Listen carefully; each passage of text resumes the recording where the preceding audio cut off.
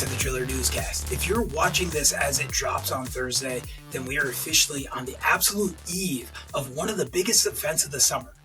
Our bags are packed, the gear is prepped, and we're getting ready to head out and take a brief break from all the summer heat and work we've been up to for the 2026 South Atlantic Jubilee. That's right. This is the greatest time of summer. Been going to this conference since a child. I was asked to become Bayreuth's intern at this conference.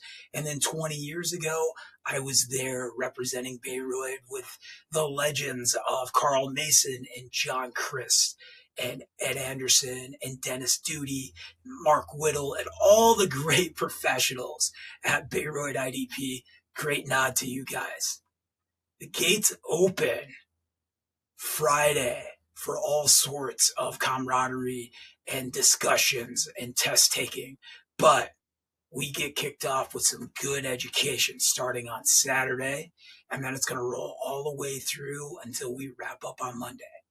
But before we hit the road and step onto the show floor, we need to have a serious conversation about summer work safety. There's too much going on, everybody. We're seeing some serious events happen. We need to work smarter and safer and understand that 80% of all incidents that happen on site are unsafe acts versus the 20% unsafe conditions. Crews across the country are running wide open right now, and the conditions are unpredictable, and the hazard on the job sites are stacking up. We need to break down 4 critical summer safety issues that every rig operator, every pump crew, every driller, every site manager needs to keep on their radar. Let's start with our summer safety 4. First, we have to talk about trenching and excavation. I don't know how we keep coming back to this and men keep dying. It's not women in these trenches when you see the statistics. Nearly 50 men, nearly 40 men a year. Right here in Michigan, we just seen a tragic string of incidents in a span of just a couple days. At the end of June, beginning of July, there were multiple trench collapses across southeast Michigan, including a fatal collapse at the commercial site in Livingston County that took the life of a young worker.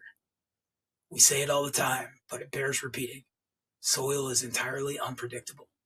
If you are digging, setting underground tanks, looking at setting vaults, or managing any subsurface excavation, you need to implement multiple mandatory practices.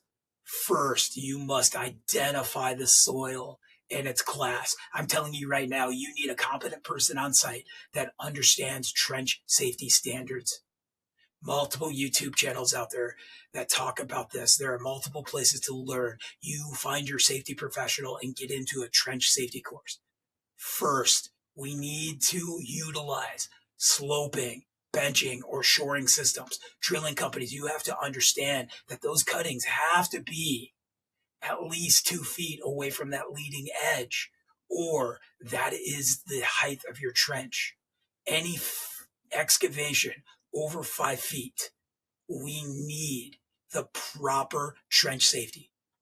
Second, you need to ensure that your teams are trained and you have dedicated who you've deemed your competent person on site to do daily inspections and look at the trench conditions before anyone steps foot into that hole. Next, Super El Nino is kicking our butt, and it's extreme heat. Slogging it out on a drill site in the middle of July, it's grueling. We think about mid-December and we think back, man, I wish it was July again. No, not this year. As temperature spikes, situational awareness drops, and that leads to fatal operation mistakes. Protect your crews with 2 specific protocols. First, implement the NIOSH OSHA heat index monitoring tool that is an app. It looks like something that should be on the album of a Godsmack CD, but that red app with a yellow sun, you need to be looking at it. We need to track all of the wet bulb globe temperatures so that you can see that extreme heat, so you know exactly what your crew is physically dealing with. Second, enforce a strict hydration and climatization schedule, mandating water, rest, shade cycles, especially for new hires who aren't used to the rigors of the summer site. Remember that every bit of nicotine, caffeine, all of those drinks that are not something with electrolytes or water are just dehydrating us. The moment you're thirsty, you are 1 quart low. Now, air quality, smoke hazards. Yeah, in the upper Midwest, we are seeing some of the worst air quality standards. And this is coming from the compounding heat that we are breathing in and the Canadian wildfires that are back on the map, pushing massive plumes of smoke into the Great Lakes, the Midwest, and the Northeast. We are seeing air quality alerts hitting code red for particulate matter. If you have older guys on the rig or anyone with respiratory issues, and let's face it, we've just come out of the 2020s, and we have respiratory issues now. That smoke is a serious hazard. You need to take 2 immediate steps. First, establish daily air quality monitoring using the local air quality index trackers to dictate the workflow and alert level. Second, ensure you have properly fitted N95 or P100 respirators ready, available on the rig, and confirm that your crew actually knows how and when to wear them. Smoke's a serious situation. Now, prayers go out to the men that were just severely burned on a water well rig in Ohio. And there's lots of debates out there, and we're going to get into this more in depth. We always encourage knowing all hazards on site and how safety needs to be considered for these pieces as we're pulling those water well permits. And the local regulator has said that there is gas in the area or that we are just monitoring. So let's talk about drilling that hole itself. Volatile atmospheres and explosive gas.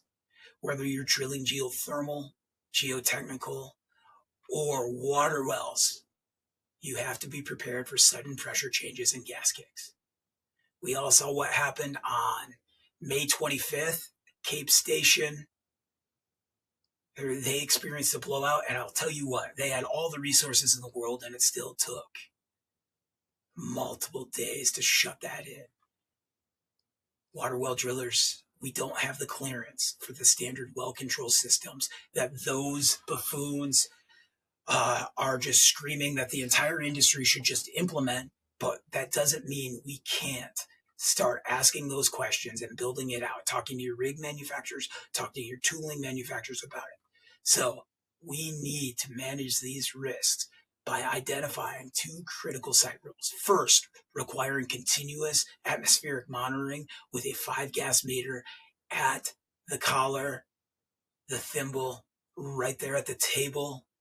We need to understand explosive limits, hydrogen sulfide, before it becomes a disaster. Second, we need to mandate rigorous monitoring on ourselves with personal monitors.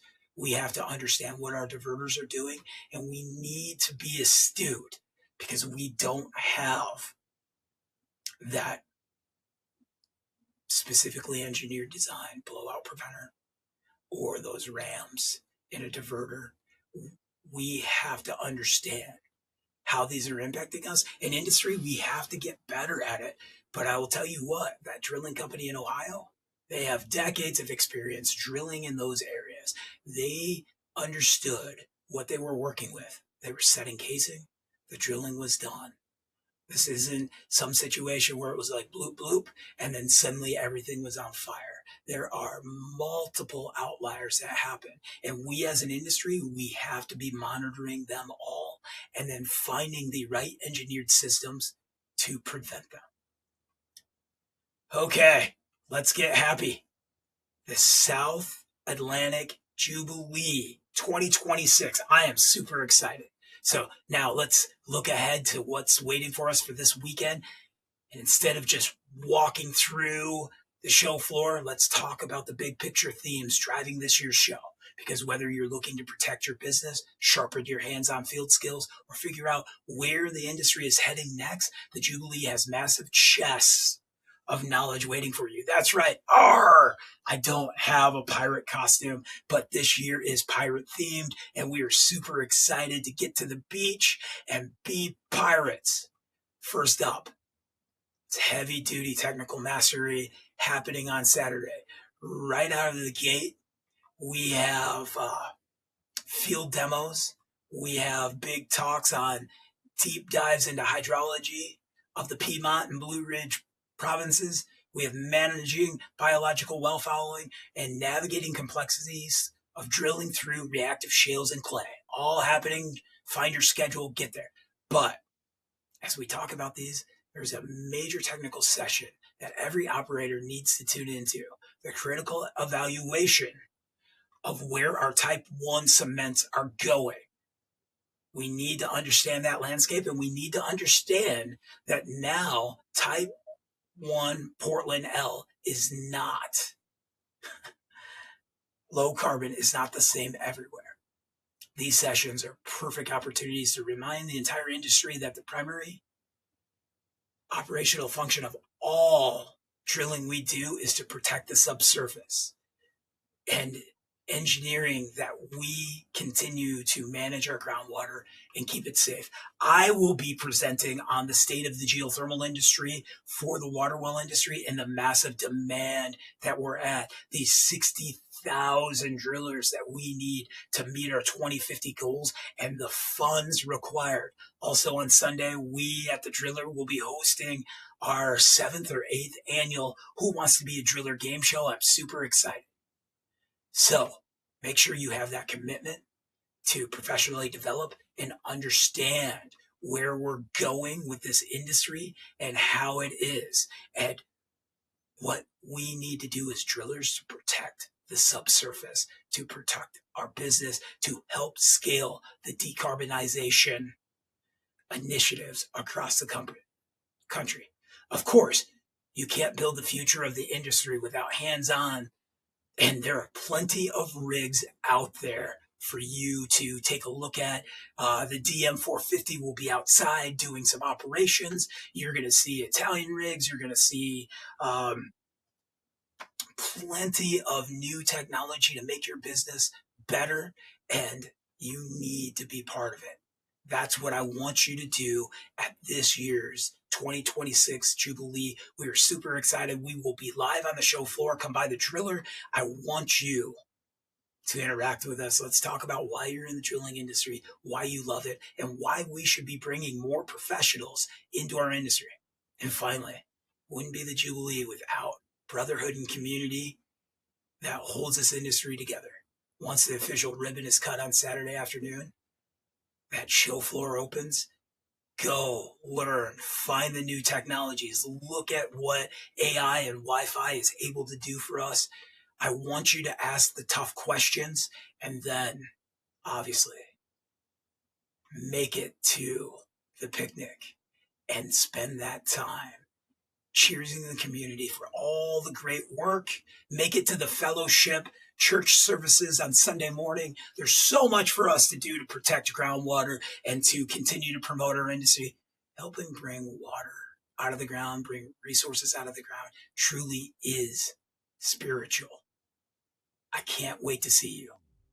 Well, folks, you've hit total depth on the summer safety and the Jubilee. Keep your head on a swivel out there. Let's be safe. I know we're already thinking about being on the beach. Let's protect those resources and let's raise the bar of this industry together. Can't wait to see you on the show floor in Myrtle Beach or in a classroom. Please stop by. Let's talk. Cheers.